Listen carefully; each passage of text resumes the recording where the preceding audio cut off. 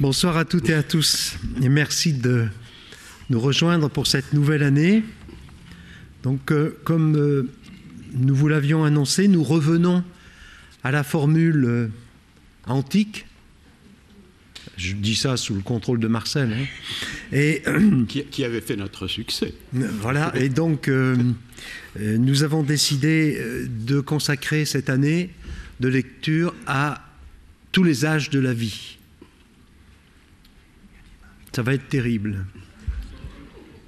De la gestation à la mort. La mort est pour juin. Elle est programmée. Entre-temps, nous allons avoir à subir. Aujourd'hui, nous avons choisi gestation et, hélas, nous n'avons pas d'oulipienne. Ce qui, dans le cas d'espèce, va poser un problème technique que nous tenterons de résoudre ensemble. À ma gauche, Olivier Salon.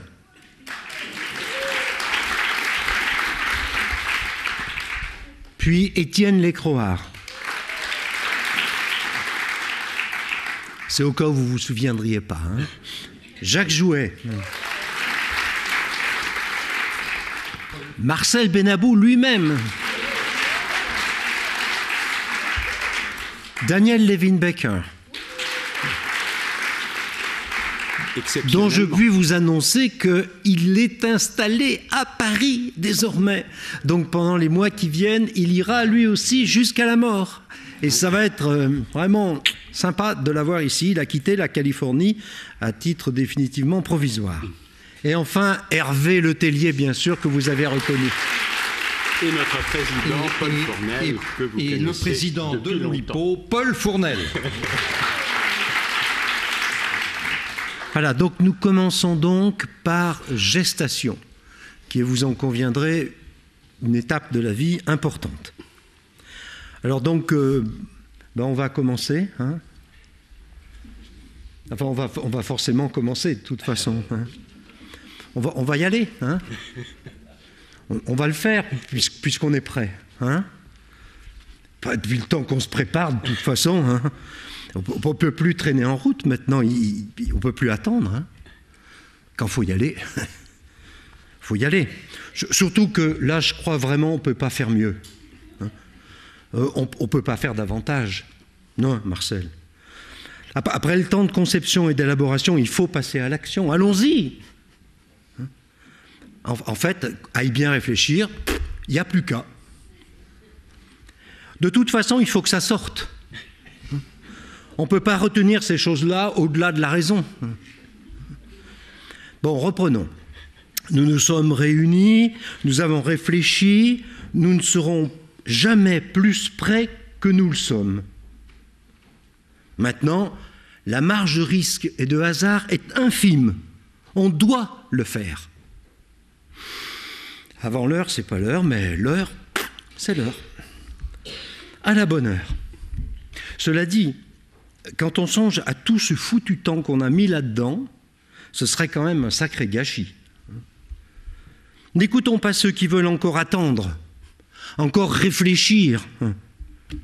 Ça fait au moins, 9 mois qu'on est sur ce coup. Bon, il faudrait peut-être voir à se bouger un peu. Hein. Arrêtons de faire valser nos capes. Prenons ce putain de taureau par les cornes. L'action. L'action, il n'y a que ça de vrai. Remarque, on peut aussi passer sa vie sur un projet, hein, si on veut. Mais là, on est tellement archi dedans que ça serait dommage. Il faut aller voir dehors l'effet qu'il fait. Il faut lui trouver un nom. Non, je refuse formellement de l'appeler procrastination. Vous ne m'aurez pas. Les traîne-patins, les réactionnaires ont tort, toujours tort. La vérité, ce sont les actes. Produire, enfin, produire. Se produire, enfin, se produire.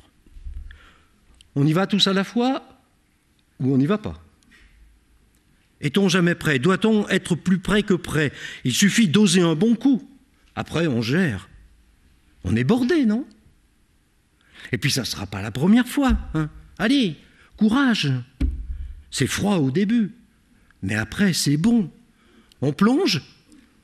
Plouf, plouf.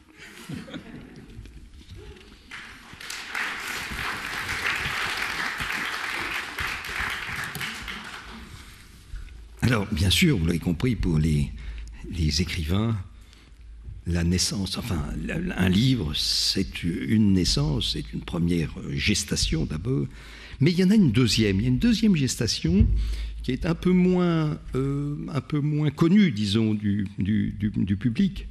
Et la seconde gestation, c'est la dépose du tapuscrit chez les éditeurs et l'attente de la réponse positive de l'éditeur.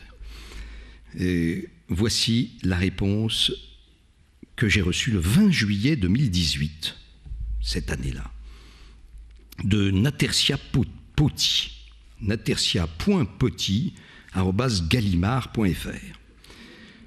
Sujet, projet d'ouvrage, histoire de l'art et d'en rire. Et à Olivier Salon, donc c'est à moi. C'est moi qui l'ai reçu en tout cas. Monsieur, je vous remercie de nous avoir transmis votre projet d'ouvrage, Histoire de l'art et d'en rire. Après examen minutieux, il semble qu'il ne corresponde pas aux lignes éditoriales que nous développons actuellement et je suis au regret de ne pouvoir en assurer la publication. Si vous souhaitez récupérer votre manuscrit, vous avez la possibilité de passer le prendre à l'accueil ou d'envoyer une enveloppe timbrée à cet effet. Sans réponse de votre part, sous un mois, il sera détruit. En vous souhaitant pleine réussite dans vos démarches, avec mes sincères salutations, Natercia Potier, assistante du département des livres illustrés, édition Gallimard, 5 rue Gaston Gallimard, puisque la rue Sébastien Bottin a été débaptisée, enfin plus exactement, elle a été raccourcie. Il y a encore 20 mètres qui s'appellent rue Sébastien Bottin et les 50 suivants s'appellent rue Gaston Gallimard. Voilà.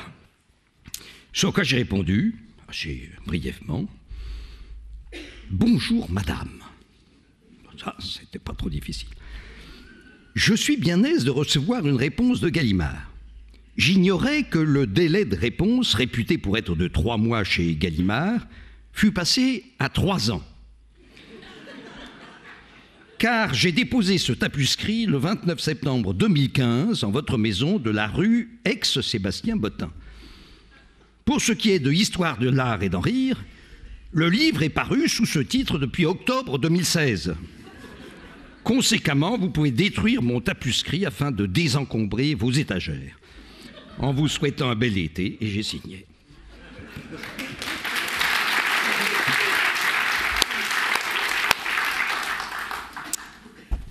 Alors moi, je me suis intéressé à la gestation de l'Oulipo, car avant d'être créé, notre groupe avait connu une très très très longue gestation, pas loin de 3 millénaires, puisque les premiers plagiaires par anticipation de l'Oulipo, comme nous les appelons, remontent à peu près à divers acrostiches et poèmes alphabétiques dans les psaumes.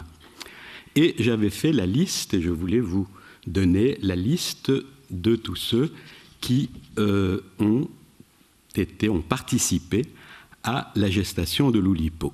Alors, je ne vais pas vous encombrer trop longtemps, il n'y a que 7 pages, 8 pages, pardon, 9 pages, 10 pages. 12 pages. 12 pages de plagiaires par anticipation qui ont mené à l'Oulipo. Mais j'en ai finalement retenu un qui me semble plus intéressant à vous présenter, qui n'est autre que Raymond Roussel. Et Raymond Roussel, vous savez que la gestation de son œuvre a été au contraire, contrairement à celle de l'Oulipo, a été assez rapide puisque, comme il l'explique dans son fameux livre, donc Comment j'ai écrit certains de mes livres, livre posthume, comme chacun sait, il explique un de ses procédés. Et il donne un certain nombre d'exemples qu'il appelle textes de grande jeunesse ou textes genèse. Et c'est donc à ce titre que je vais vous lire un de ses contes, une de ses nouvelles en fait, qui s'appelle « Les boucles du petit rentier ». Alors retenez bien, hein, c'est « Les boucles du petit rentier ». Les boucles du petit rentier, tout blanc, faisaient mon admiration. Elles étaient naturelles et encadraient à merveille sa figure de joli vieux, soigné et avenant. En arrivant, nous n'avions eu qu'à demander M. Gillet, et de suite on nous avait indiqué sa maison, tant il était connu dans la petite ville. Il avait à peine pris le temps de lire la lettre d'introduction que je lui avais tendue, et s'était à l'instant mis en frais pour nous donner l'hospitalité. Tout seul avec sa vieille gouvernante, il habitait un charmant chalet au milieu d'un jardinet. Pendant le dîner, on ne parla que de l'ascension que je devais entreprendre le lendemain avec les deux frères Bulle. Bulle l'aîné, hardi, se moquait des précautions que son frère, prudent, parlait de prendre. Gillet discutait complaisamment avec nous et semblait ravi des éloges que nous lui adressions. Sa coiffure d'enfant m'amusait et ses cheveux d'argent brillaient dans la pénombre qui commençait à gagner. Après le café, il nous emmena faire quelques tours au jardin. La nuit s'était faite et la pleine lune nous inondait de clarté. Je ne pouvais comparer sa lumière qu'à l'éclat de la chevelure de notre hôte. Comme il fallait se lever de bonne heure, on ne veilla guère. Gillet nous indiqua nos chambres respectives et nous dit bonsoir. Le lendemain matin, à 7 heures, tout le monde était prêt. Gillet lui-même avait tenu à nous voir partir. Une journée étouffante se préparait, une de ces journées d'août dont on se souvient. Gillet nous montra le plus court pour sortir de la ville. Au bout de 5 minutes, nous étions en pleine campagne. Dès le premier détour de la grande route, j'aperçus notre ballon au milieu d'un grand espace découvert. On était exact de part et d'autre, et déjà le gaz tendait complètement l'enveloppe du ballon. Les frères Bulle pressèrent le pas, et pendant que je marchais tranquillement avec Gillet, je les vis qui examinaient l'aérostat et donnaient différents ordres. Quelques instants après, j'étais dans la nacelle avec eux deux.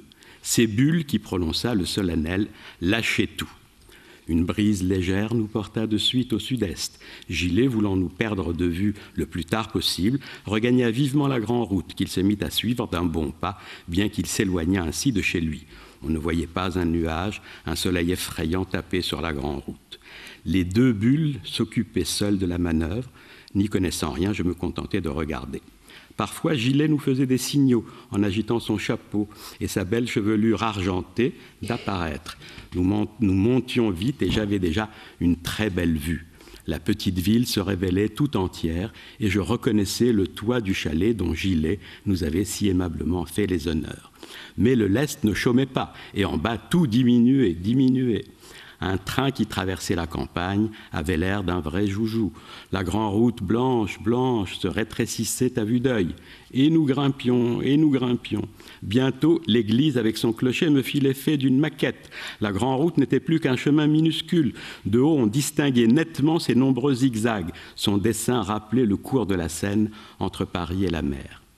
Comme tout marchait à souhait, les Bulles, prenant un peu de repos, vinrent s'accouder auprès de moi. « Où donc est Gillet ?»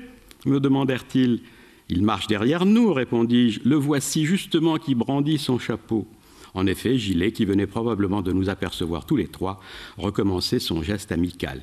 Il était maintenant réduit à l'état de point. C'est à peine si l'on voyait briller en plein soleil l'admirable blancheur de ses cheveux. Aussi les deux frères avaient beau regarder, ils ne parvenaient pas à le trouver. « Quel chemin suit-il donc ?» me demanda Bulle l'aîné. « Oui, quel chemin suit-il ?» répéta l'autre. Ils le découvrirent enfin quand, pour toute réponse, je braquai mon doigt vers la tortueuse grande route en leur disant, au milieu du profond silence de l'espace, « Les boucles du petit sentier tout blanc !»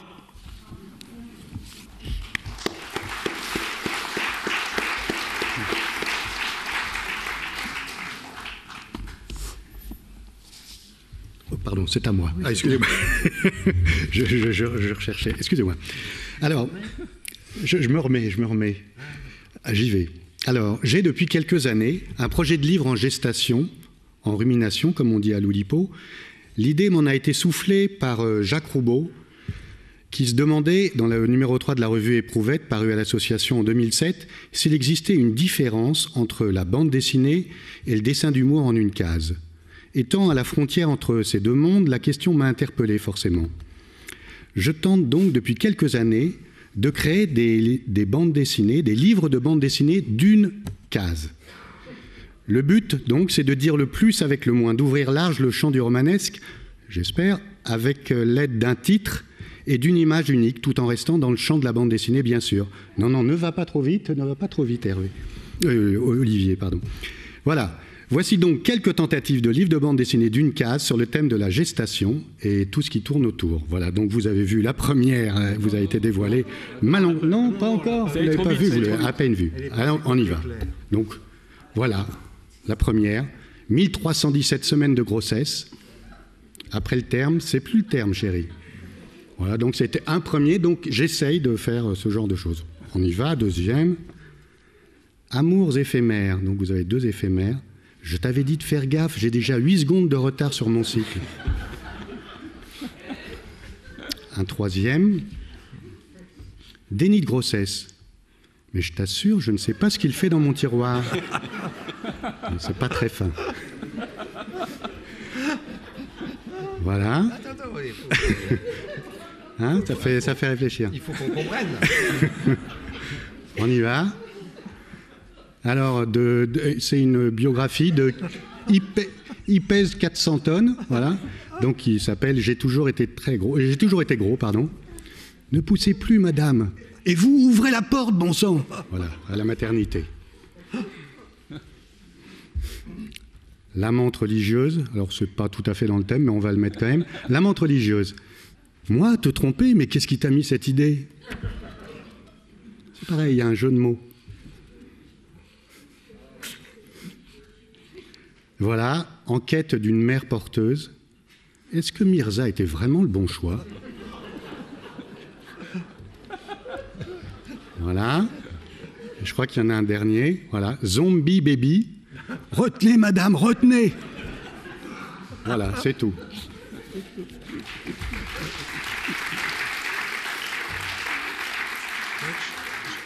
Je voudrais quand même te poser une question. Tu dis bande dessinée d'une seule case, mais est-ce que tu peux utiliser le mot bande dans non. un cas comme ça? Ouais, c'est ça, c'est pour ça. Mais j'essaye, dans une case, de créer comme une sorte de bande dessinée, à vous de la finir, ou de la commencer. La compléter. De la commencer. Ou de la commencer. Olivier, c'est à toi. Ah, alors, si c'est à moi. Le 11 janvier 2018, j'ai commencé à y réfléchir. C'était comme une nécessité. Il fallait que cela sortît. J'en étais alors à la seule idée. Je savais qu'il fallait que je la laissasse mûrir. Il est vrai que c'était encore très tôt, que j'avais tout le temps devant moi. Néanmoins, l'échéance finirait bien par arriver.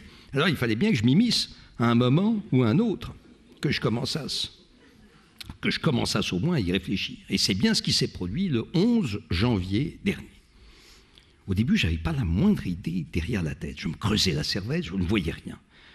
Je me disais que j'avais le temps devant moi, mais nous savons tous que les échéances arrivent toujours à leur terme, quels que soient les trésors d'imagination et les subterfuges que nous déployons à tenter d'oublier les impératifs. Je faisais tout autre chose, je me lançais à corps perdu vers d'autres projets qui me faisaient oublier l'échéance. Vers le mois d'avril, j'ai senti les premières bouffées de chaleur.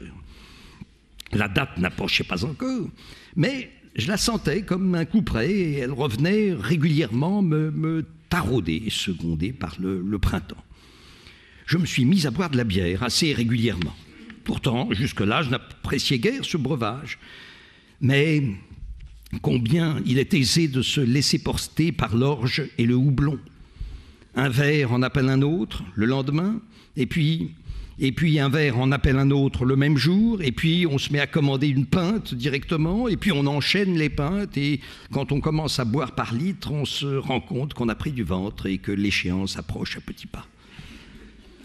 Vers le mois de juillet, j'ai ressenti des fringales inexpliquées. Ça me prenait comme ça, j'ai eu des envies de chocolat, par exemple. Ça me prenait à n'importe quelle heure, parfois dès le matin, au réveil. Une fois, c'est au milieu de la nuit que ça s'est produit. Je me suis réveillé en sueur avec un inextinguible besoin de cerises. Je n'en avais pas chez moi, j'ai dû me lever, m'habiller, sortir chez l'épicier, vous savez, celui qui ne ferme qu'à 2 heures du matin. Et j'ai pris 4 barquettes de cerises. Je crois que j'ai quelque chose avec les cerises. Depuis certains voyages au Yosemite, sur la paroi d'El Capitan. Et là, quelques 20 ans plus tard, ça m'a repris tout soudain. Il me fallait ma dose de cerises au milieu de la nuit comme un drogué. Mais des drogués de la cerise, ça ne court pas les rues. Je ne comprenais pas la transformation qui s'opérait en moi. Il me fallait ingurgiter toute sa effervescente, mon kilo de cerises, avec le risque quasi certain des effroyables conséquences. Eh bien, je ne me suis senti rassasié qu'au bout de mon kilo de cerises. En août, j'ai constaté de premiers changements corporels. Mon système pileux était bouleversé. D'étranges poils ordinairement absents, venaient me couvrir le haut de la lèvre supérieure et je comprenais difficilement cette mutation. En septembre, les choses se sont accélérées. Je me suis mis à écrire quelques mots sans véritable cohérence. Les bières avaient produit leur effet et j'avais vraiment pris du ventre. Tout se mêlait en moi, l'échéance, l'appréhension, l'anxiété, la bière. En revanche, ma fringale de cerises avait passé. Fort heureusement, car les cerises de septembre sont rares en ont contré. Mais octobre approchait dangereusement. Et bien voilà, on était en octobre. Et ce matin, le matin d'aujourd'hui, le matin du 11 octobre, je me sentais particulièrement contracté. J'avais tenté de décrire mes sensations, ma transformation physique. En début de soirée, je me sentais comme ballonné. Alors, mu par une nouvelle nécessité, je me suis mis à pousser les mots les uns après les autres. Et en les poussant petit à petit, ils finissaient par sortir. Il n'y a pas que l'escarpolette qu'il faut pousser. Les mots, eux aussi, ceux dont on veut se débarrasser. Et quand j'ai eu fini de pousser tous mes mots, je me suis senti enfin soulagé. J'ai ressenti comme une délivrance. Et brusquement, en un instant, au moment même où je vous parle, toute impression de ballonnement a disparu. Mon ventre de buveur de bière a pratiquement fondu.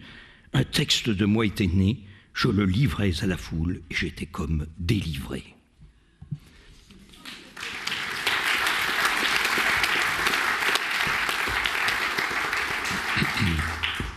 Hervé. Monsieur Tristecon feuillette l'annuaire des téléphones et radieux. « Je suis le seul Tristecon !» s'écrie-t-il. « Tout ce que je sais, je l'ai appris, » dit Monsieur Tristecon. Monsieur Tristecon n'est pas un capitaine d'industrie, c'est un adjudant de détail. Il dirige l'imprimette SARL, l'impression par tous les moyens dont l'activité principale est l'édition publicitaire, l'imprimerie en chambre et la petite papeterie. Il a élevé le margoulinage et le gagne-petit à la hauteur d'une industrie qui, partie de la vente à la sauvette, a fini par atteindre la surproduction. L'imprimette va en crever, c'est sûr, mais M. Tristecon en est si fier. M. Tristecon est secrétaire général adjoint du syndicat patronal des éditeurs publicitaires et journaliers chrétiens. Il est aussi président d'honneur de l'association des anciens élèves du collège de jésuites de Neuilly-Plaisance. Il en imprime gratuitement le bulletin semestriel.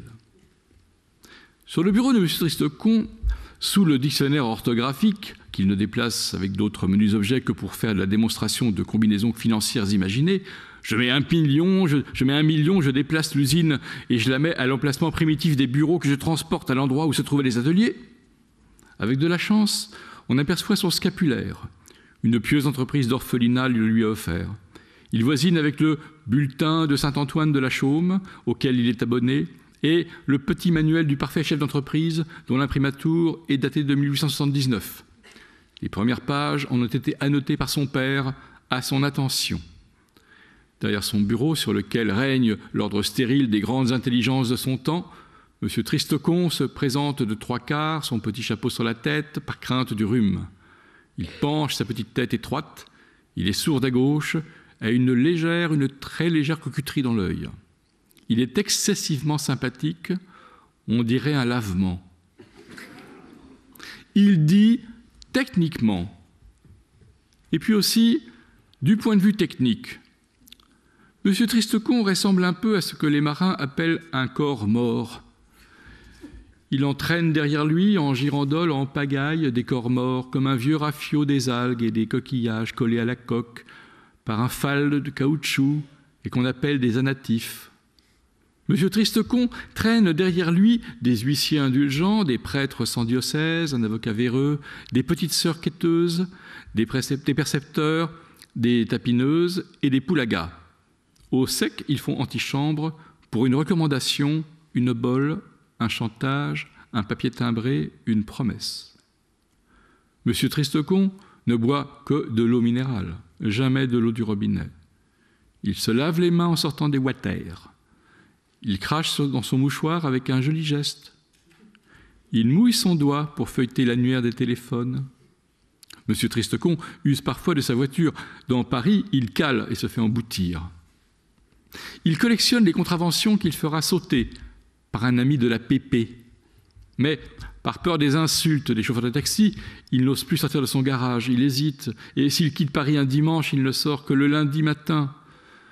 À cause des chauffards, du dimanche soir, dit-il. Il patauge. Tout va trop vite pour lui. Les idées des autres qu'il ne saisit pas, les voitures, le coût de la vie, l'impôt, il ne parvient pas à suivre.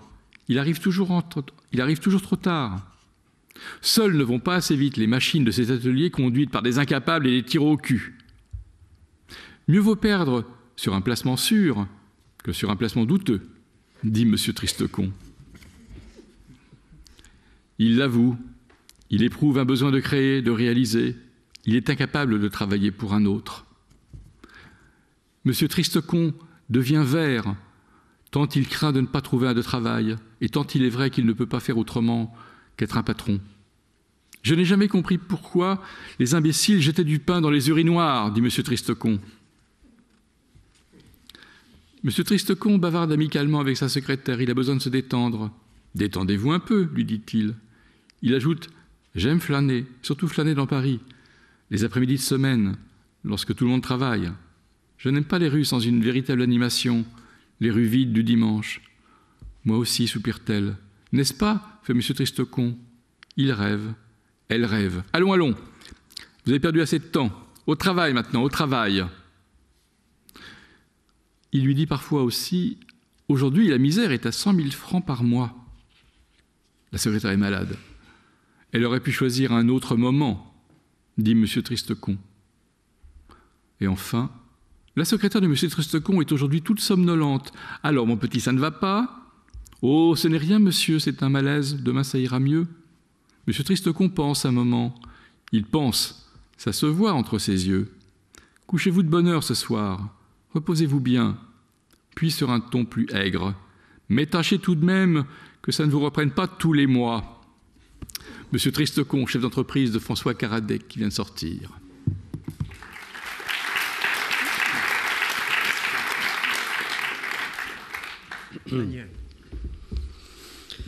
Avant de naître, il y a le potentiel, le vrai.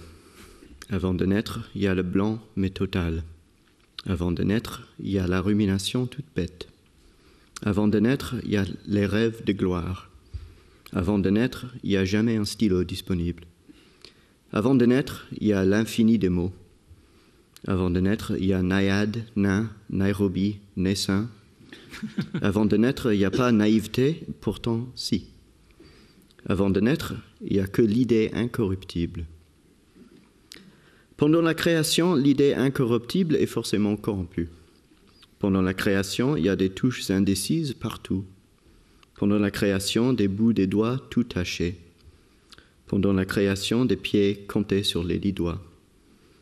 Pendant la création, le nombril devient soudain infiniment intéressant. Pendant la création, tu fonces, hésites, puis... Pendant la création, du va-et-vient, mais immonde. Pendant la création, tu atteins, admettons, une certaine jouissance. Pendant la création, l'oubli de soi, si possible. La mise en forme t'y retourne parfois violemment. La mise en forme, faut quand même nettoyer après. La mise en forme entraîne des douleurs, des épreuves. La mise en forme, certaines pourtant s'en régalent. La mise en forme plaît aux fétichistes de police. La mise en forme divise, à chacun sa démarche. La mise en forme, les riches peuvent l'externaliser.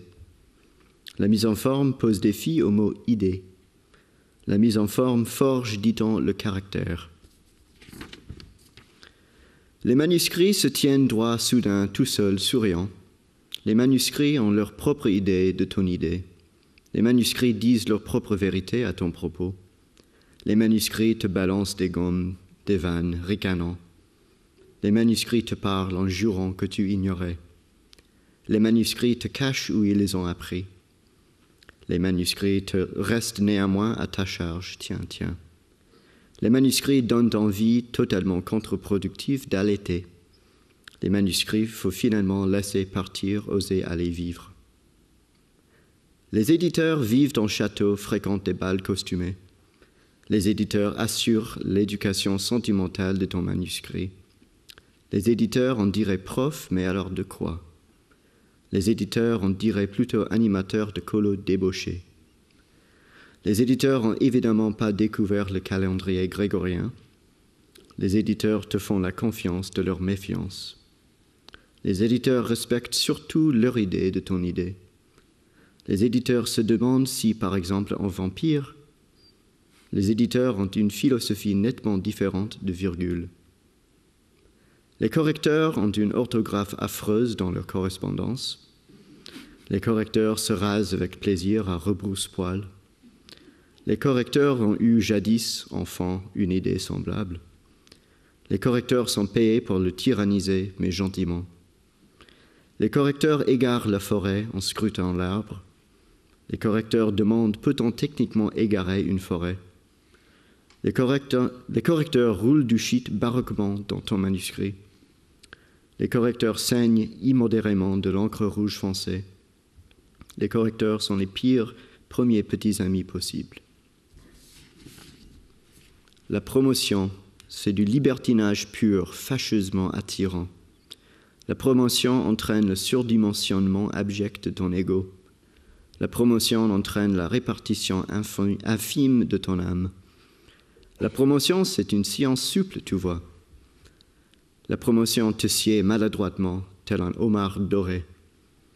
La promotion corrompt ton idée en médiatisant son incorruptibilité. La promotion vend la corruption de l'incorruptibilité de... La promotion booste les chiffres de vente de ton... La promotion conjure, quoique fugitivement, l'oubli de ton... Les lecteurs griffonnent leur mécompréhension dans ta belle marge. Les lecteurs bafouent l'orthographe de ton beau nom. Les lecteurs, tu en as pourtant tellement besoin alors. Les lecteurs travestissent mielleusement ton idée quand ils draguent. Les lecteurs ne savent pas écrire, ou encore pire, si. Les lecteurs s'en foutent de ton approbation, du con. Les lecteurs, enfin ceux dont tu devrais avoir envie, les lecteurs t'apportent parfois un amour indicible, insensé. Les lecteurs possèdent les bras entre lesquels tu mourras. Les idées n'écriront jamais rien, Dieu soit béni. Les idées sont néanmoins, si tout va bien, créatrices. Les idées, elles vieillissent plutôt comme vieillit Zazie. Les idées redeviennent tout d'un coup timides, nostalgiques. Les idées ne finissent jamais à jamais leur gestation. Les idées, tu aurais voulu être plus longtemps là. Les idées sont et ne sont pas à toi. Les idées sont toi et ne sont pas toi. Les idées te ressemblent enfin, mais ne meurent pas.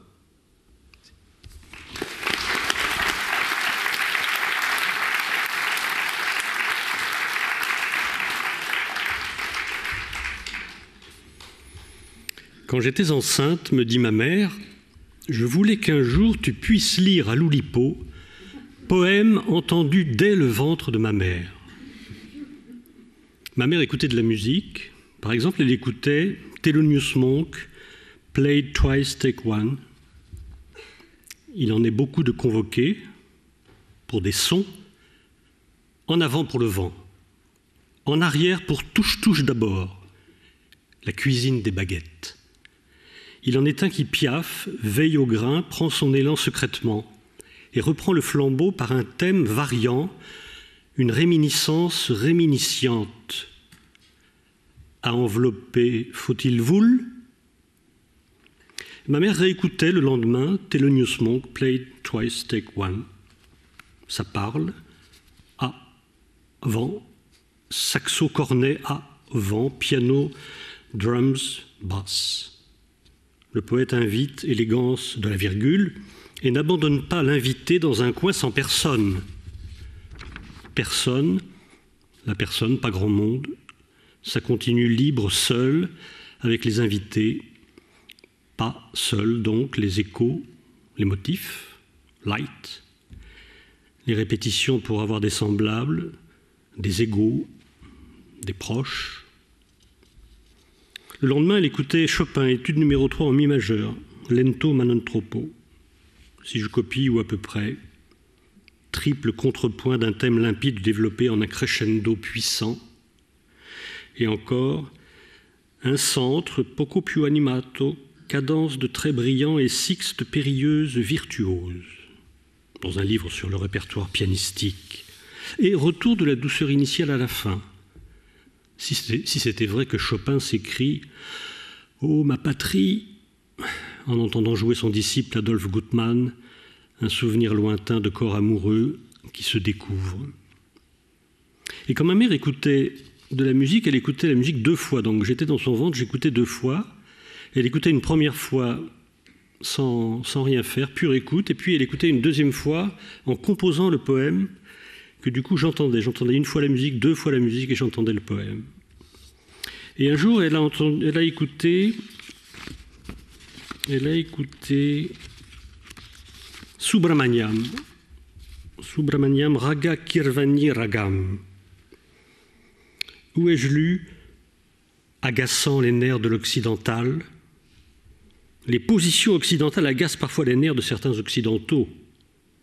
Bonaparte, consul, désabolissant l'esclavage aux Antilles, c'est bien compris, le relégalisant, le violon me rappelle forcément un souper au bord de l'océan Indien avec musiciens, c'était en 1991, guerre du Golfe. Ils étaient très bons, j'étais seul, les Indiens qui étaient passés à grands frais de passeurs au Koweït revenaient ruinés au Kerala. C'était Ayappa Paniker qui me racontait ça, ou peut-être Akitam. La percussion, avec sa caisse de poterie lissée à l'ongle, sonnait, la droite encore, contre l'arabesque du violon, et puis le lierre. Elle réécoutait le lendemain Subramaniam, Raga Kirvani Ragam, l'étirement torsadé du son, le pincement de même type. Notre violon d'ici ne reste pas sur cette façon, marche sur une lame sans trop appuyer pour ne pas crever la plante. Il y a un funambulisme du son, les bras font des moulinets, non, les doigts font des moulinets d'équilibre, s'assied sur le câble. Un tempo plus rapide ne signifie aucune course pourtant. Pas de mridangam dans ce morceau pourtant, l'oreille et la mémoire. Et puis ma mère écoutait par exemple Ni Kouri Kouri, je n'en peux plus, c'est un chant sénégalais qui dure 40 secondes. La voix passe du chant au parler à bout de souffle, en wolof ou en sérère, je ne sais pas.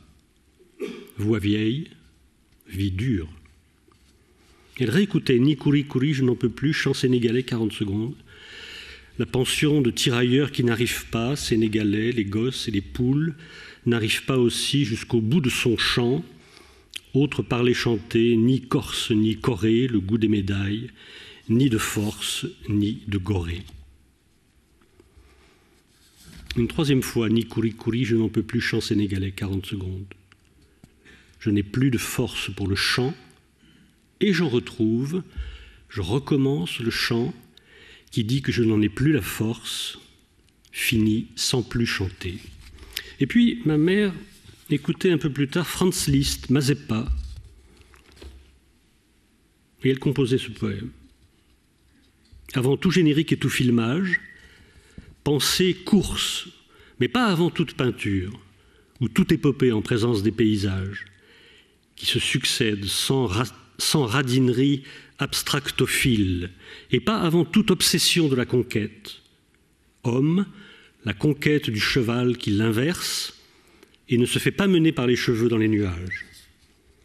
Si la bête dans la clairière se refait un souffle neuf, les muscles du jeune homme aussi s'affaissent, colonne contre colonne et lien contre crin, s'il est ou non utile de risquer des ordres articulés, des gentillesses maternelles presque, une ours énorme maniant le coton-tige ou le cure-dent. Nous sommes hors de danger, eau, marécage, loup, origine, palais de justice, histoire, les liens n'ont plus de solidité quiconque. Peut bien les délier une bergère, un douanier, un collectionneur de chevaux, Qui se souvient de celui de Zapata, cheval fait, un mélusin que le vent bouchonne, ou change du tout au tout la position, il y est bon, il n'a rien à craindre de ses rivaux aristocratiques, lit le livre salé des princes avec sa large langue, hume les repas de fête à plein naseau méritant, le marié quitte la fête pour aller le voir, délaissant même un temps sa promise qui comprend, et a même préalablement couronné l'animal avec du lierre. Voilà.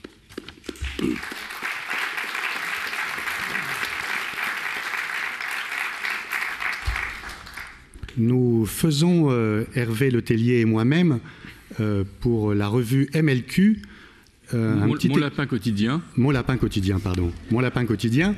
Nous faisons un exercice que j'ai appelé la critique constructive. Alors le principe est simple. Hervé écrit une critique d'un de mes livres qui n'existe pas encore.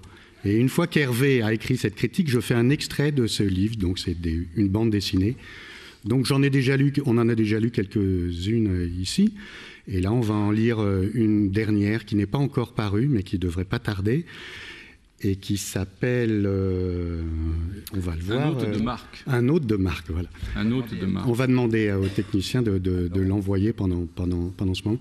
Et alors, c'est pas tout à fait dans le thème, mais on peut le rattacher au thème, à savoir ça se passe un peu, on va dire, avant la gestation. Et puis, c'est un projet de livre en gestation, donc voilà. Oui, ça fait deux raisons. Ça reste quand même dans le thème. Deux bonnes raisons. La critique d'Hervé. Le capitalisme est condamné, la cause est entendue, et Étienne Lécroard, dans Un hôte de marque, sonne son glas. Un hôte de marque raconte les aventures rocambolesques d'un couple de jeunes ruraux écologistes. Ludo élève des chèvres dans la Drôme, Hanna produit des picodons, fromage traditionnel de la région. À la suite d'une crevaison, ils sont amenés à déjeuner chez McDonald's, trademark, et saisis de ce qu'il est convenu d'appeler une épiphanie. Lui deviendra d'abord représentant commercial chez Coca-Cola et elle distributrice chez Pepsi-Cola avant de se séparer. Une ascension sociale vertigineuse et parallèle conduisant Ludo à New York et Hanna à Shanghai. À Alain Finkielkraut qui lui demande, non sans raison, dans Pour la science madame, si un hôte de marque n'aborde pas avant tout le drame de la réification croissante des rapports de production de manière métaphorique, l'auteur répondra « Mais t'as quoi du con ?» Bien entendu, on est tout de même chez les Croards. Quelques gaudrioles sexuelles mentionnant Durex et autres Viagra ne manqueront pas de satisfaire ces aficionados. Remarquons enfin qu'un hôte de marque est, à notre connaissance, la première bande dessinée à accueillir du placement de produits, ce qui n'est qu'une contradiction apparente. Il va y en avoir. On y va. Et donc, voilà. Placement de produits. C'est bon, tu le montres.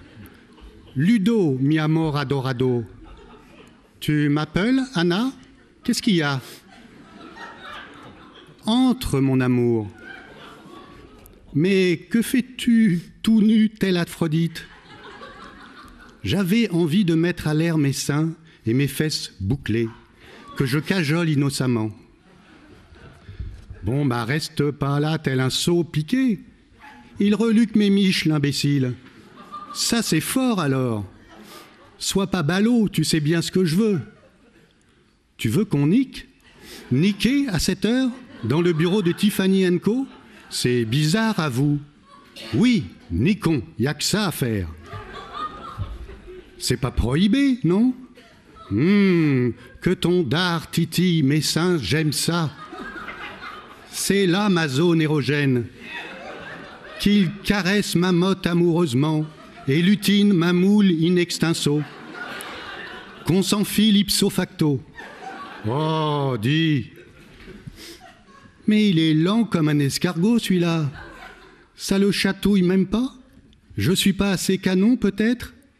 Veux-tu bien te laisser faire? Retire ton slip, tonnerre de Brest. Allez, je fais le grand écart, t'y es? Tu es vraiment agile et têtu. Bon, mais vite, elle va revenir.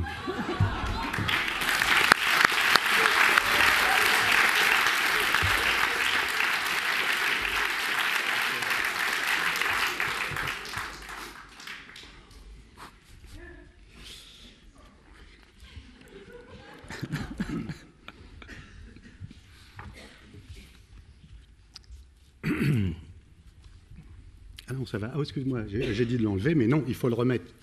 Attends. Aïe, aïe, aïe. Moi, je suis perdu, là.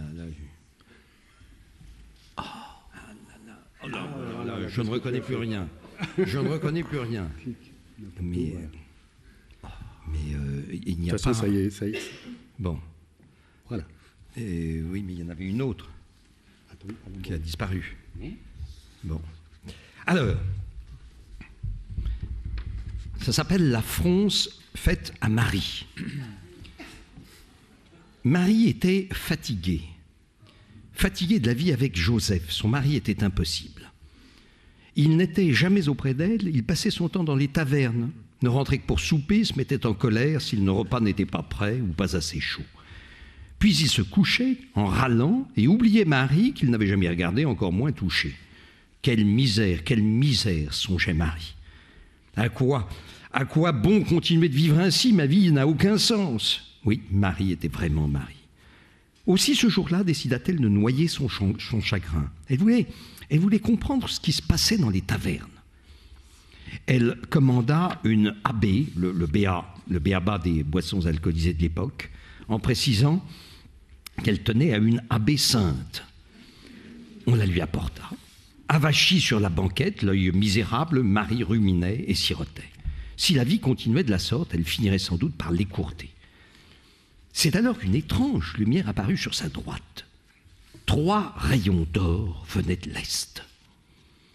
Elle tourna la tête, mais fut aussitôt aveuglée. Il lui sembla qu'on l'appelait par son nom. C'était pourtant bien improbable, vu qu'elle n'avait jamais mis les pieds auparavant dans ces endroits de mauvaise vie. Elle tendit l'oreille, car il lui avait semblé entendre son prénom, par 3 fois martelé d'une voix douce et quasi angélique. Par ailleurs, elle était sourde de l'oreille droite. « Il y a quelqu'un » demanda Marie, qui pourtant ne voyait personne. « J'ai quelque chose à te dire » dit la voix. « Quelque chose de pire » fit Marie dépitée. « Alors non, merci. »« Mais non, c'est pour une annonce » fit la douce voix. « La fronce ? C'est ma robe qui va pas ?»« Je dois te dire quelque chose d'important. » Bien sûr, si on veut en faire la fronce de ma robe, il faut la mettre sur important, dit Marie. Marie, tu n'as pas eu d'enfant, n'est-ce pas? Un thé dansant? Mais vous n'y pensez pas. Marie, tu vas enfanter. Enchanté, moi aussi, enchanté. Marie, tu m'entends? Moi aussi, tout autant. Marie, tu vas avoir un bébé, s'impatienta la voix. Comment ça? Moi, enrobé? Eh ben ça, vous en avez de drôle de façon d'aborder une dame, vous. Allez, déguerpissez. L'ange fit un geste de dépit avec ses 2 index, grommela entre ses dents. Allons bon, quelle engeance de devoir faire les commissions. Enfin, tout cela n'est pas bien grave, elle le découvrira bien toute seule, après tout. Il frotta ses ailes contre les colonnes à la façon d'une cigale et disparut à tire-d'aile.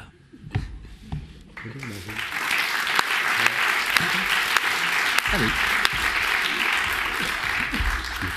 Alors dans la série, parce que j'ai oublié de lire que ce fameux tableau, est un tableau de Philippe Mouchès, un peintre fort ancien, et qui semble avoir inspiré aussi bien Fra Angelico que Degas.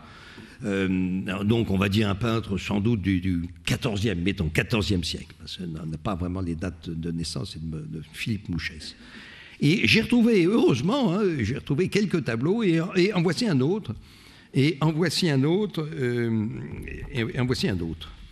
sauf qu'il n'est pas à la bonne page. Voilà. Alors c'est un tableau qui, lui aussi, a inspiré visiblement Fouquet et Ingres. On connaît bien la peau laiteuse et charnue des figures, des corps peints par Ingres. Mais voilà, j'ai retrouvé la page. La femme à peau laiteuse approchait de Thèbes. La tête de la femme était ornée d'une couronne richement sertie de pierres précieuses. Elle portait une robe de satin bleu et avait les épaules couvertes d'une longue cape d'hermine. Mais la route de la femme passait sous une arche qui était protégée par un gardien bardé de flèches acérées. Le garde interpella la femme. « N'avance pas plus loin, voyageuse, dit Édipe, car tel était le nom du garde. D'un ton péremptoire, aucun voyageur ne va plus loin qu'il n'ait répondu à ma question. Je ne te fais aucun mal, monsieur, répondit la dame. Quelle est votre question? Voici ma question, dit Édipe d'une voix déterminée. Qu'est-ce qui a un membre le matin, 2 à midi et 3 le soir?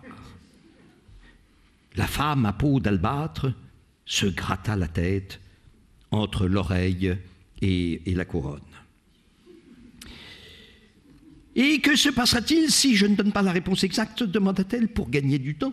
« En ce cas, répondit Édipe d'une voix doucereuse, je te livrerai moi-même la réponse, mais tu seras condamné à la sainteté, qui est un rôle difficile à tenir. »« Ma foi, je crains de ne pas être à la hauteur, répondit la dame à peau couleur de chaux, qui cherchait encore à gagner du temps. Laisse-moi réfléchir un peu. » Tu n'auras que le temps déterminé par la clepsydre, répondit Édipe en retournant son instrument à eau. Ce n'est pas la bonne réponse. L'eau est maintenant écoulée, la réponse était la famille. Ah, mon Dieu, je n'avais pas songé à cela, murmura la femme à peau de satin blanc. Et pourquoi la famille ? Je vais t'en faire la démonstration, dit Édipe en approchant. Et ce faisant, il avançait doucement son index gauche vers le corsage de la femme de peau de lait. Il délaçait la robe et faisait apparaître un sein, tandis qu'une étrange lueur brillait dans son regard. « Mais que faites-vous là » demanda la femme stupéfaite. « Je t'explique la solution. »« Mais, bafouilla la dame, dont on voyait de mieux en mieux la peau diaphane, vous n'avez pas le droit. » J'ai tous les droits puisque tu n'as pas trouvé la solution de mon énigme, et surtout le devoir de ne pas te laisser ignorante. La femme à peau de nuage se laissa faire tandis que l'ébahissement se lisait sur son visage. Elle ne comprenait rien aux manipulations dont elle faisait l'objet, ni pourquoi M. Édipe la farfouillait ainsi. Elle ne ressentait absolument rien et trouvait le comportement de ce monsieur fort étrange. À la fin, elle lui demanda « Mais comment vous appelez-vous, monsieur ?»« Je m'appelle Joseph, mais tout le monde m'appelle Édipe, dit Édipe. Sache que ton ventre va s'arrondir dans les temps à venir. Tu étais seul en arrivant, nous avons été 2 durant le temps de mon explication, et nous serons 3 lorsque tu enfanteras. Tu es désormais celle qui a su, et tu pourras désormais répondre « J'ai su » à ceux qui t'interrogeront sur le mystère de la création. En conséquence de quoi, tu appelleras ton fils Jésus. « Bien, monsieur, murmura Marie en se rhabillant à la hâte, puis se ravisant. Et si c'est une fille ?